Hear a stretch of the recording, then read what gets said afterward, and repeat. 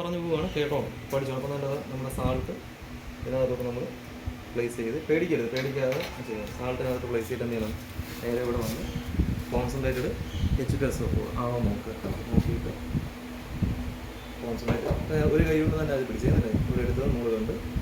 അതുകൊണ്ട് ഇത് ചെയ്യുന്നത് കാണുമ്പം അവർക്കറിയാം, കോൺഫിഡൻസോട് ചെയ്യുന്നത് കാണുമ്പോൾ തന്നെ ആർക്ക് പോകില്ല. അങ്ങനെ നമ്മൾ സാധനം ഒഴിച്ചു വെള്ളത്തിനകത്തൊക്കെ മാറ്റിയിട്ട് നമ്മൾ നേരെ പേപ്പർ ബോൾ തന്നെ നോക്കും. നമ്മളൊരു പേപ്പർ ബോൾ കൊണ്ട് എടുത്ത്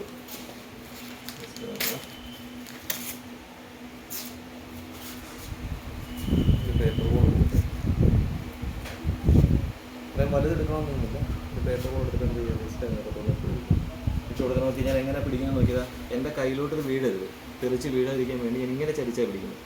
ഉണ്ടോ, ഹീറ്റ് ചെയ്യുന്നുണ്ട്. ഹീറ്റ് ചെയ്യുമ്പം ഈ ടെസ്റ്റ് ട്യൂബ് കണ്ടത് ഇതിനകത്ത് വെച്ചിട്ട് ഇങ്ങനെ ഒന്ന് എന്ത് ചെയ്യണം, ഉരുട്ടി കൊടുക്കുക. അപ്പോൾ എല്ലാ വശത്തും ഒരുപോലെ ഹീറ്റ് കിട്ടുകയും ചെയ്യും, നമ്മുടെ കയ്യിലോട്ട് തെറിച്ച് വീഴുകയില്ല. മോള് നേരത്തെ പിടിച്ചത് അങ്ങനല്ല, ഇങ്ങനെ നേരെ മുഖത്തോട്ട് വരുന്ന രീതിയിലാണ് പിടിച്ചത്. അങ്ങനെ പിടിക്കരുത് കേട്ടോ.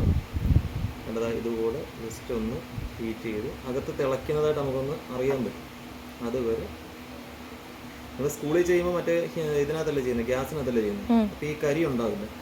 എനിക്കിവിടെ ഗ്യാസ് ഇല്ലാത്തത് കൊണ്ട് ഞാനിവിടെ ജസ്റ്റ് കണ്ടതാ ഇങ്ങനെ ഒന്ന് ചെയ്യും. നോക്കി അതിനകത്ത് അന്നേരം തന്നെ ഒരു ചെറിയൊരു ഡാർക്ക് ഒരു ബ്രൗണിഷ് കളർ ഇടാം. ഒരു ബ്രൗൺ കളറുള്ള ഫ്യൂംസ് ടെസ്റ്റ് ട്യൂബ് ഫുള്ളായിട്ട് എന്ത് ചെയ്യും, നമുക്ക് നോക്കിയാൽ ഇത് കണ്ടോ, ഈ ഒരു ഫ്യൂംസ് വരുന്നുണ്ടെങ്കിൽ എന്തിൻ്റെ പ്രസൻസ് പറയാൻ നമുക്ക്, നൈട്രേറ്റിൻ്റെ പ്രസൻസ് പറയാം. പക്ഷെ എന്തായിട്ടില്ല, കൺഫേം ആയിട്ടില്ല. അത് നമ്മൾ കൺഫേം ചെയ്യും. എന്ത് കൺഫേം ചെയ്യാൻ പറ്റുക, എങ്ങനെ കൺഫേം ചെയ്യാൻ പറ്റും, ബ്രൗൺ ടെസ്റ്റ് ചെയ്ത് നോക്കണം. അത് നമുക്ക് ചെയ്യാം.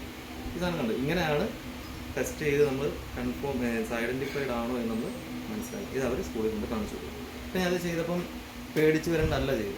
നേരത്തെ ചെയ്തതുപോലെ പേടിക്കാതെ ഫ്രീ ആയിട്ട്, നമ്മൾ എത്രത്തോളം ഫ്രീ ആയിട്ട് ചെയ്യുന്നോ അതിനനുസരിച്ച് നമ്മൾ പേടിച്ച് വരേണ്ട ചെയ്യുന്നത് കണ്ടു കഴിഞ്ഞാൽ അവർക്കറിയാം, നമുക്കത് അറിയാൻ വയ്യാന്നറിയാം. അങ്ങനെ ചെയ്യരുത്. ടെസ്റ്റ് ട്യൂബിനകത്ത് സാധനം എടുക്കുന്നതും പിന്നെ സാൾട്ട് ഇടുന്നതും ആസിഡ് കണ്ടുപിടിക്കുന്നതും ആസിഡ് ഇടുന്നതും നമ്മൾ ടെസ്റ്റ് ട്യൂബ് ഒരിക്കലും ഈ തിളച്ച് നിൽക്കുന്ന സാധനം കയ്യിലോട്ട് വീഴാതിരിക്കാൻ വേണ്ടിയാണ് ടെസ്റ്റ് ട്യൂബ് ഇങ്ങനെ പിടിക്കാൻ പറയുന്നത്. ഓൾറെഡി നമുക്ക് ഹോൾഡർ തന്നിട്ടുണ്ടെങ്കിൽ ഹോൾഡർ വെച്ച് പിടിക്കും.